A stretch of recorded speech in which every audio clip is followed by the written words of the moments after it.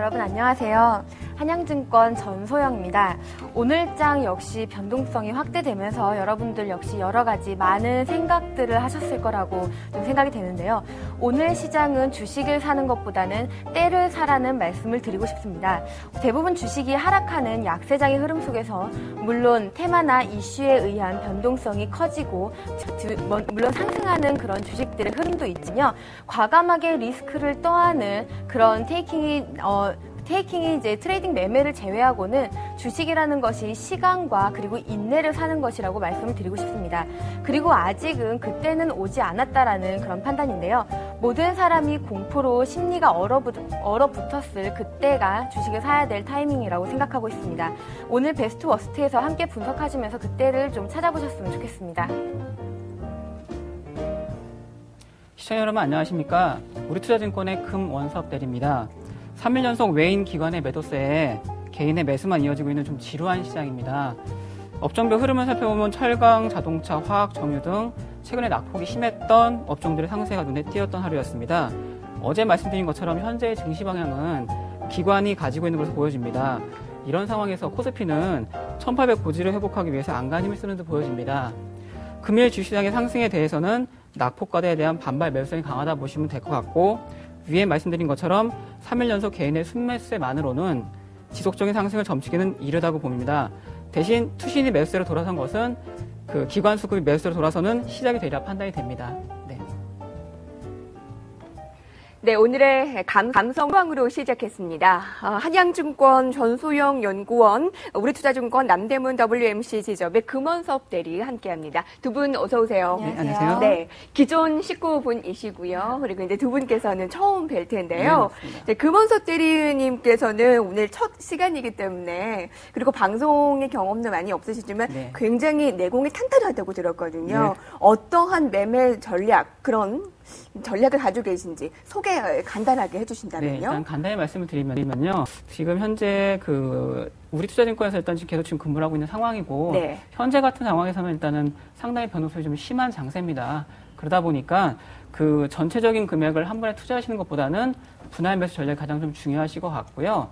말씀드린 것처럼 전체적인 자금이 있다고 해도 최소한 3분의 1에서 5분의 1 정도 되는 그 부분적인 그 분할 매수를 해서 매매하시는 게 가장 좋은 결과가 나타날 것 같습니다. 네. 제가 아까 개인적으로 궁금하다 생각했는데, 금원섭 대리시잖아요. 네, 맞습니다. 금씨가 있는 줄 몰랐어요. 근데 생각해보니까 네. 우리나라 유명한 금난세 주의자가 계시더라고요. 네, 맞습니다. 김씨와 금씨가 어떤 차이인가요? 일단은 그 성 자체도 좀 틀리고요. 네. 일단은 그 금씨 일반은 대부분 분들이 금씨라고 하면은 성 김자를 그냥 쓰시는 줄 아는데, 네. 그게 아니라 검은고 금자라고 해서 일단 그런 금자가 있습니다. 그래서 실제 대부분 금씨라고 하면은 거의 친척이라고 보셔도 될 것 같습니다. 아, 그렇군요. 네. 자, 그러면 처음 아셨죠? 네, 오늘 저도 처음 알았는데요. 그러게요. 자, 베스트와 워스트 이슈를 오늘 하루를 정리를 해볼 텐데요. 자, 베스트 이슈는 오늘 처음으로 소영연구원께서 준비를 해오셨죠? 예, 오늘 저는 워스트 이슈를 준비를 했는데요. 아, 그런가요? 네. 자, 그 베스트 이슈 금원섭 대리님 첫 번째요. 네, 말씀드리겠습니다. 일단 오늘 같은 베스트 이슈를 봤을 때 기관이 좀 돌아오는 시점이라도 일단은 한번 생각을 한번 해볼 수가 있을 것 같습니다. 오전 장만해도 일단은 그 기관 중에서 투신 같은 경우에는 순 매수를 기록을 했었고요. 저 같은 경우에 그걸 그 상황을 지켜보면서 현재 국내 주식편 펀드 같은 경우에 주식 편입 비율이 90% 정도 되는 상황입니다. 대부분 그 90% 이상, 99% 이상 되었던 그 편입 비율이 많이 떨어져 있는 상황이고, 그래서 이러한 것들을 바탕으로 투신 그 자금이 많이 들어올 수 있다고 보고 있고요.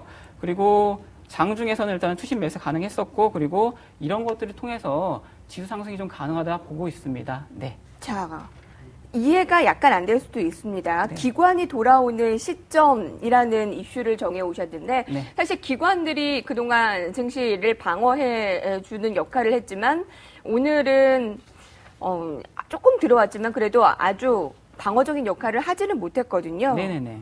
특히 오늘 기타계에서는 오전부터 좀 매도가 나타나기도 했고요. 네. 그런데 이것이 왜 좀 긍정적인 이슈로 좀 볼 수가 있는 건가요? 그러니까 말씀드렸던 내용처럼 일단은 상당히 투신권 입장에서는 일단 돈이 아직 많이 남아있는 상황이고요. 네. 그리고 지난주 같은 경우에도 8,400억 정도 해가지고 주식형 펀드로 일단 자금이 들어오는 상황입니다. 그러다 보니까 그 많은 투신 자금, 그런 주식형 여유 자금으로 해가지고 최근같이 일단은 변동성 있는 장세에서는 투신권 입장에서는 조금씩 매수를 해주는 게 상당히 좀 좋게 좀 보고 있는 상황이고요. 말씀드린 것처럼 아까 오전까지는 그 투신이 계속 매수에 있다가 오후에 잠깐 매도로 돌아섰다가 막판에는 일단 플러스 좀 돌아선 상황이고 네. 이런 것도 살펴봤을 때는 투신권 입장을 지켜봤을 때는 앞으로 좀 더 좋게 볼 수 있지 않을까라는 생각이 좀 드는 상황입니다. 네. 자, 그러면 두 번째 베스트 이슈 볼 텐데, 사실 어제 오늘 증시가 약세이기 때문에 그나마 좀 괜찮은 이슈를 고르기가 쉽지 않습니다. 네, 맞습니다. 두 번째 이슈는요? 네, 두 번째 이슈 말씀드리겠습니다. 일단은 오늘 같은 경우에도 아시겠지만 오전에 또는 오후에 그 기존에 있었던 그 차화정 종목들이 많이 좀 셌었습니다. 그런 것들을 확인했을 때는 기존의 낙폭 과대 때문에 일단은 대형주 저가 매수세가 좀 유입됐다 지금 보고 있는 상황이고요. 그리고 대형주 반등 지속 여부는 기간 매수세는 계속 확인을 해야 된다고 보고 있습니다. 네, 그리고 일단 그 업종 중에서는 다 아시겠지만 철강, 운송, 그리고 화학 업종 같은 경우 이쪽으로 접근하는 게 유효해 보이는 상황입니다. 네. 여러분 어제 혹시 SS 보셨어요? 김동희 대표께서는 아직은 대형주는 조금 보수적으로 보자 하셨거든요. 네, 좀 자제를 하고 좀 비중 축소 의견을 주고 오히려 반대로 중소형주를 지금은 보자라고 했는데 하루 만에 좀 코스닥이 약세였기 때문에 오늘은 어떤 생각을 하실지 김동희 대표님의 의견은 내일 들어볼 수 있지만요. 자, 그러면 의견은 좀 대형주 쪽으로 좀 괜찮은 업종들 관심을 가져도 좋다라고 했거든요. 네, 맞습니다. 그 가운데서도 어제 플래너 S에서 화학주를 얘기를 해주신 바가 네, 있거든요. 맞습니다. 그럼 지금 긍정적인 좀 시점이다라는 의견이신가요? 네, 아까 말씀드린 것처럼 일단은 전체 자금을 많이 투자하신다고 했을 때는 분할 매수 방법으로 접근하시기 맞을 것 같고요.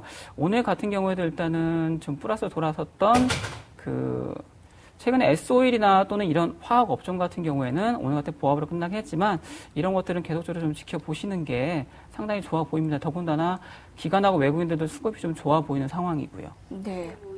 차화정에 대해서는 사실 이제 전문가들 사이의 의견이 상당히 많이 대립되고 있는 양상이고 네. 특히나 지금처럼 장의 변동성이 심할 때 대형주들의 변동성들이 상당히 심하게 나타나고 있습니다. 지금 현재 이제 기관에서는 항상 예측을 하고 있는 것이 1,700포인트에서는 어느 정도 지지선을 형성하지 않겠느냐라는 이런 기본적인 가정이 깔려 있는 상태에서 지금 현재 레벨에서의 대형주의 매수 추천을 나오고 있는 상황인데요. 사실 이 글로벌리 상황을 봤을 때 아직까지 대형주 위주의 단기적인 접근, 트레이딩 관점의 접근은 가능할 수 있겠지만은 아직까지 시장이 바닥을 확인하지 않은 만큼 좀 중기적인 입장에서 자금을 좀 넣기에는 조금 바닥을 확인한 다음에 좀 매입을 하셔도 늦지 않을까 싶은 늦지 않았다라는 그런 생각이 좀 많이 듭니다. 네. 자, 대형주에 대해서는 특히 기존 주도주였던 차화정에 대해서는 전문가들마다 다양한 의견들을 가지고 있습니다. 여러분들이 참고하실 때 나만의 매매 전략을 참고로 같이 융합을 시켜야 될 것 같고요. 오늘 유통업계에 대해서 한 가지 이슈를 전해드릴 텐데 수수료 감축안 합의가 되었다라는 좀 뉴스가 나오기도 했습니다. 자, 하지만 유통업계는 그동안 많이 올랐다라는 또 부담감도 있기 때문에 매매 전략 세우시는데 또 쉽지 않을 텐데요. 전소영권께서는 어떻게 전망하십니까? 예, 일단 이제 우리나라에서 이제 GDP에서 수출이 차지하는 비중이 내수가 차지하는 비중보다 더 큽니다. 그리고 그 연관도가 사실 계속해서 우리나라 이제 물가가 높아지고 경기가 위축되면서 오히려 수출이 차지하는 비중들이 점점 더 높아지고 있는 상황이기 때문에 물론 지금 현재 우리나라 증시 자체가 수출주 중심으로 상당히 많은 대형 종목들이 구성되어 있기 때문에 변동성이 커지고 이것들에 대한 대응 방안에 대한 내수주의 관심이 높아지고 있는 것은 사실입니다만은 이번 이 펀더멘털적인 이슈를 봤을 때는 내수주에 대해서는 바람직한 접근보다는 이미 많이 밸류에이션이 많이 높아져 있다라는 그런 면도 있고, 그리고 아직 경기가 둔화되고 있다라는 이런 점들을 고려했을 때 내수주 접근도 역시나 단기적인 관점으로 접근하시는 것이 바람직할 것으로 보이고요. 오히려 내수주는 경기 방어 업종이긴 합니다만은 증시가 반등하는 이런 모습들을 만약에 예상을 하신다면 오히려 낙폭 과대주 중심으로 접근하시는 것이 바람직해 보입니다. 모든 종목은 계속해서 트레이딩 관점으로 접근하시는 것이 맞을 것 같고요.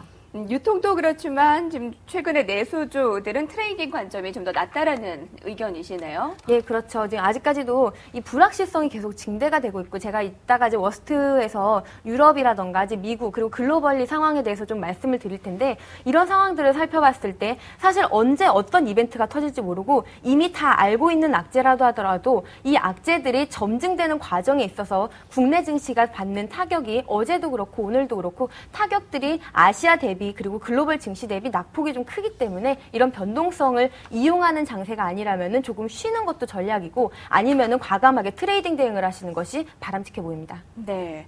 자, 오늘 그래도 괜찮은 이슈를 두 가지 알아봤습니다. 그러면 오늘 장을 끌어내렸던 워스트 이슈를 볼 텐데요. 미국 백악관 경제회복자문위원으로 있는 마틴 하버드대 교수는 미국이 이 더블딥 리세션에 빠질 확률이 50%를 넘었다라고 전망을 했습니다. 이 미국발 고용 쇼크에 헤어나오지 못하는 상황에서 유럽발 재정 위기 우려가 다시 번지며 국내 증시를 끌어내리고 있는데요. 사실 해묵은 이슈인데도 계속 발목을 잡고 있지 않습니까? 네, 그렇죠. 참, 이 유럽발 이슈가 계속해서 2009년 12월부터 지금 발생이 됐는데 계속해서 시장의 발목을 잡고 있는 그런 모습들이에요. 이번에는 이제 유럽 증시가 사실 이제 가장 중요한 이제 오늘 어제 유럽장 하락의 가장 큰 원인은 은행들이 이제 끝나지 않은 모기지 소송으로 인해서 은행주들 중심의 하락이 두드러졌습니다. 그것뿐만이 아니라 유로존의 위기감이 더해지면서 유럽의 익스포저를 갖고 있는 은행들에 대한 이런 위기감이 계속 더해지는 모습이었고요. 가장 중요한 것은 이겁니다. 사실 이제 모든 상처들은 골마서 터지면은 오히려 이 상처가 아물게 되는데요. 이것들은 지금 이 리스크들이 골마 터지지도 않고 어디에 어떤 상태로 골마 있는지를 우리가 확인을 할 수가 없기 때문에 이런 불확실성이 심리적인 투자 위축으로 작용이 되고 있고, 이런 투자 위축이 결국에는 은행들의 신용 경색으로 이어지고 있는 그런 상황입니다. 그중에서도 오늘 같은 경우는 이제 시장에서는 부정적인 재료로 확인을 했지만 저는 좀 긍정적인 재료로 보고 있는 이슈가 하나 있었는데요. 유럽 증시가 메르켈 총리의 소속인 기동민주당이 이번에 지방선거에서 패배를 했습니다. 이 이슈를 가지고 글로벌 증시는 결국에는 유럽 재정안정기금에 대한 합의가 지연될 수 있다라는 이런 이슈를 받아들이면서 증시가 상당히 많이 하락한 그런 모습들을 보였는데요.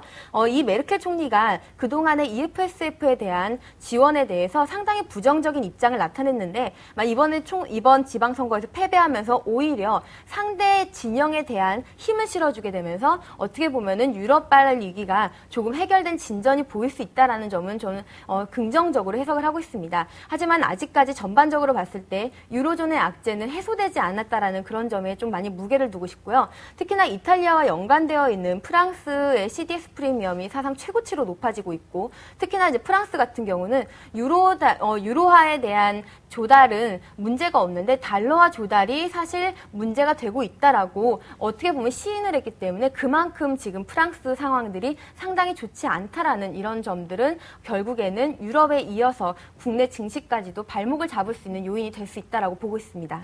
어제 워스트 이슈 1번은 미국의 고용지표 악화였고, 오늘의 워스트 이슈 1번은 바로 유럽의 악재입니다. 이 미국과 유럽이 계속 지금 나오고 있는 워스트 가장 최악의, 가장 대다수의 발목을 잡고 있는 이슈겠죠. 자, 두 번째 이슈는 아무래도 돌아오지 않는 이 외국인이 아닐까 싶습니다. 지난주와는 분위기가 다르기 때문에요.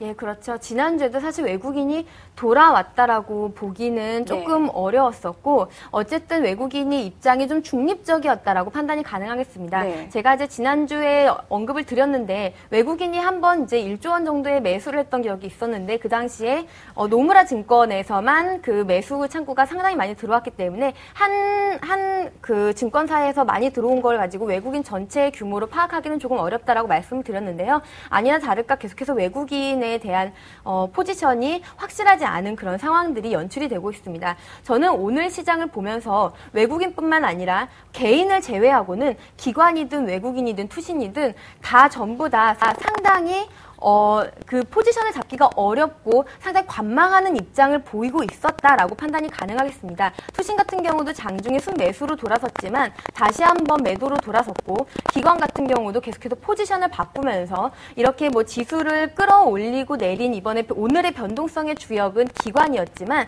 사실 가장 큰 외국인이 언제 돌아오느냐가 우리 증시를 다시 한번 상승 랠리로 이끌 원동력이 된다라는 그런 것들은 다 아는 사실일 거고요. 오늘 사실 저는 가장 우려스러웠던 것은 개인의 매수였습니다. 아직 바닥이 확인되지 않은 상황에서 그리고 이 공포심이 극대화되지 않은 상황에서 무리하게 매수에 진입하시는 것은 상당히 좀 위험하다라는 그런 생각들이 많이 들었고요. 그래서 더더욱 좀 우려스러운 그런 부분들이 있었습니다. 네. 아까 금대리님께서는 기관들은 좀 더 긍정적으로 볼 수 있다라고 네. 얘기를 해주셨는데 그럼 외국인들은 어떤가요? 일단 그 전소영 여기 말씀하신 것처럼 제일 중요한 건 일단은 외국인이 계속적으로 팔고 있는 건 계속적으로 문제라 보고 있고요. 대신 말씀하신 일단은 기관이 매수로 돌아선 것 자체는 일단은 좀 중요한 의미로 받아들일 수 있다고 말씀드린 내용이기 때문에 일단은 제일 중요한 거는 많은 분들이 아시겠지만 외국인하고 기관이 주식을 사게 되면 주식은 올라갑니다. 근데 대신 중요한 게 그 시점을 먼저 잡는 게 제일 중요한 것 같고요. 그렇기 때문에 일단은 외국인 흐름 보면서 그리고 오늘 기관 매수한 것들은 상당히 좀 좋게 보시면 될 것 같습니다. 그렇군요. 네. 저는 좀 입장이 기관에 대해서는 조금 입장이 좀 다른데요. 제가 이제 어제부터 해갖고 이제 기관 투자자들에 대해서 좀 많이 이제 어느 정도 커뮤니케이션을 아무래도 이제 같은 이제 금융권에 있다 보면 커뮤니케이션을 좀 하게 되는데요. 어제 같은 장은 기관 투자자들 딜러들도 상당히 어려운 장이었습니다. 이제 그렇기 때문에 이제 오늘 어느 정도 매수가 나왔고 이제 오늘 매도가 나온다고 이제 오늘 매수가 나왔다고 이것들을 긍정적인 신호로 오늘 하나를 가지고 긍정적인 신호로 받아들이기보다는 이런 기관의 매수가 어느 정도 이어지고 있는지 그리고 사실 이제 전략 부분에서 이제 이번 주에 굉장히 큰 이슈들이 상당히 많기 때문에 이런 이슈들을 확인하고 또 우리나라는 또 추석 연휴로 월요일, 화요일 또 휴장입니다. 따라서 이런 리스크들을 다 확인한 다음에 그때 들어가셔도 충분히 유동성이라든가 이런 것들을 확인했을 때 늦지 않았다라는 판단들이 계속 들고 있고요. 기관의 움직임은 좀 며칠 정도 더 지켜보시는 것이 좋지 않을까 싶습니다. 네. 제가 지난 한 주 동안 휴가를 보내는 동안 읽은 책이 있는데요. 바로 서구의 몰락이라는 관점에서 미국이 파산하는 날, 지금 이슈와 굉장히 밀접하게 관계가 있는 것 같아서 한번 필독을 해봤는데 보면 지금 미국 중심의 서구 세력이 이제 쇠퇴를 하고 있고 이제 신흥국들이 어느 정도로 좀 오를 수 있을 것인가, 그 세력이 나타날 수 있을 것인가에 대한 좀 의견입니다. 한번 여러분 중에서 좀 참고를 하시면서 지금 넓은 의견으로 좀 보시길 바라고요. 오늘 한 가지 업종, 은행 업종에 대해서 많이 고민이 있으셨을 겁니다.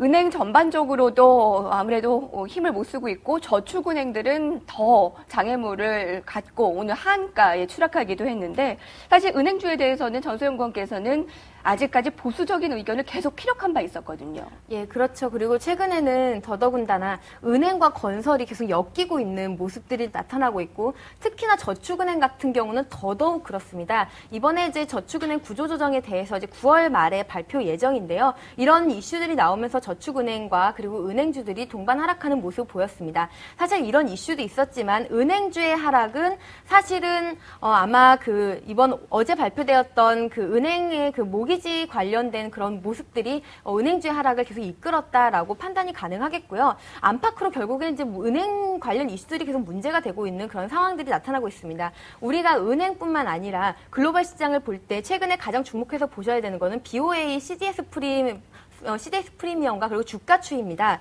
계속해서 CDS 프리미엄이 상당히 높아지고 있는데요. 이런 것들이 결국에는 BOA가 어느 정도의 프리미엄까지 지불하는지를 확인하시고 이런 것들이 미국의 신용 경색으로 이어질 수 있다라는 이런 부분에 좀 주목을 하셔야겠습니다. 어느 정도 트리거로 작용하기에 선행 지표로 따라붙기 상당히 좀 긍정적인 선행 지표로 따라붙기 좋은 지표이기 때문에 BOA 주가 흐름이라던가 CDS 프리미엄은 꼭 체크하셨으면 좋겠고요. 우리나라 저축은행은 사실 이제 PF 관련해서 PF 구실 막바지 구조 조정이 진행 중인데요. 사실 이제 PF 외에도 ABCP라던가 그리고 이제 건설 경기 미분양 같은 이런 계속해서 큰 이슈들이 있기 때문에 이런 부분들 계속해서 좀 아직까지 불안 요인으로 작용하고 있다라는 판단입니다. 그리고 제가 사실 7월 달에 건설주에 대해서 하반기 정책 기대감에 대한 언급들을 좀 했었는데요. 그 기대감이 사실 경기 둔화에 의해서 자꾸 묻히고 있기 때문에 건설이라던가 은행과 연관된 이런 모습들은 계속해서 좀 리스크 요인으로 보수적으로 접근하시는 것이 좋을 것 같습니다. 은행은 사실 국내의 문제뿐만이 아닙니다. 미국과 유럽 다 모두 이제 은행 시스템을 구하기 위해서 많은 정책이 시연되고 있습니다만 쉽지 않은 일인데 은행 업종에 대해서 금 대리님께서는 매매 전략 어떻게 세우고 계신가요? 네, 은행 업종 말씀도 다시 드리겠습니다. 일단은 현재 지금 말씀하신 것도 거의 다 동의를 하고요. 네. 말씀하신 일단은 계속적으로 유럽권 같은 경우에는 은행 안 좋은 얘기가 나오고 있는 상황이기 때문에 지금 단기적으로 매매하시기는 약간 좀 이른 것 같습니다. 그래서 현재 좀 추세는 계속 확인하시는 게 옳을 것 같고 네. 대신 중요한 게 수급적으로 봤을 때는 네. 외국인들은 계속 안 좋게 얘기를 하면서 사고는 있습니다. 예. 그래서 그런 것들은 확인을 하시는 게 좋을 것 같습니다. 오늘 외국인 같은 경우는 그 은행주들에 대해서 60% 이상의 지분율을 갖고 있기 때문에 아마 이제 3분기부터는 계속해서 이제 배당 관련된 수요들이 유입이 될 것으로 예상이 되고 있기 때문에 이제 그런 부분도 한번 참고하셨으면 좋겠습니다. 네.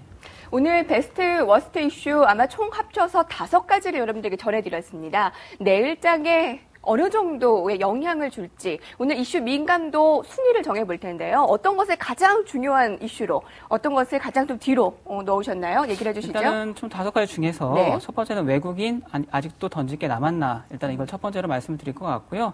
마지막으로 일단은 구조조정 앞둔 저축은행에 대해서 이렇게 말씀드릴 수 있을 것 같습니다. 네, 가장 1위 민감한 이슈로 외국인을 꼽으셨고요. 네. 두 번째는 이제 기관 역시 수급을 가장 크게 주셨네요. 네, 맞습니다. 그다음에 유럽 시장 이끌 업종들 마지막으로는 은행을 네. 주셨습니다. 전소영 의원께서는요? 예, 저는 이제 기관이 돌아오는 시점에 대해서 한번 제일 이제 가장 중요한, 왜냐하면 오늘 같은 경우는 기관에 의해서 시장이 움직였기 때문에요. 그런 부분에 있어서 민감도는 가장 높았다라고 꼽고 있고요. 그리고 이제 앞으로도 외국인이 사실 이제 꾸준한 매도를 보이면서 기관에 의해서 변동성이 확대되기 때문에 이런 단기적인 수급 이슈는 기관이 상당히 중요하다라는 판단을 하고 있습니다. 그리고 이제 저축은행 이슈 같은 경우는 사실 이제 이슈에 불과하기 때문에 이런 부분들은 한 번씩 이제 계속 체크를 하실 필요는 있겠지만 항상 이 은행과 관련된 저축은행 그리고 가계대출 문제가 계속해서 내관으로 자리하고 있기 때문에 이런 것들은 신용경색이 어떻게 진행되는지 이런 과정들에 의해서 언제든지 터질 수 있는 이슈니까 오늘은 5번째로 났지만요. 제가 만약에 이슈가 좀 더 올라올 때는 한 번씩 체크를 해드리도록 하겠습니다. 두 분께서 공통적으로 주시는 부분이 수급, 이 외국인 기관들을 3위권 안에 두셨고요. 역시 유럽의 이슈를 3위권 안에 뒀습니다. 자, 오늘 베스트 앤 워스트였고요. 이제 내일장 대응 전략 세우러 가겠습니다.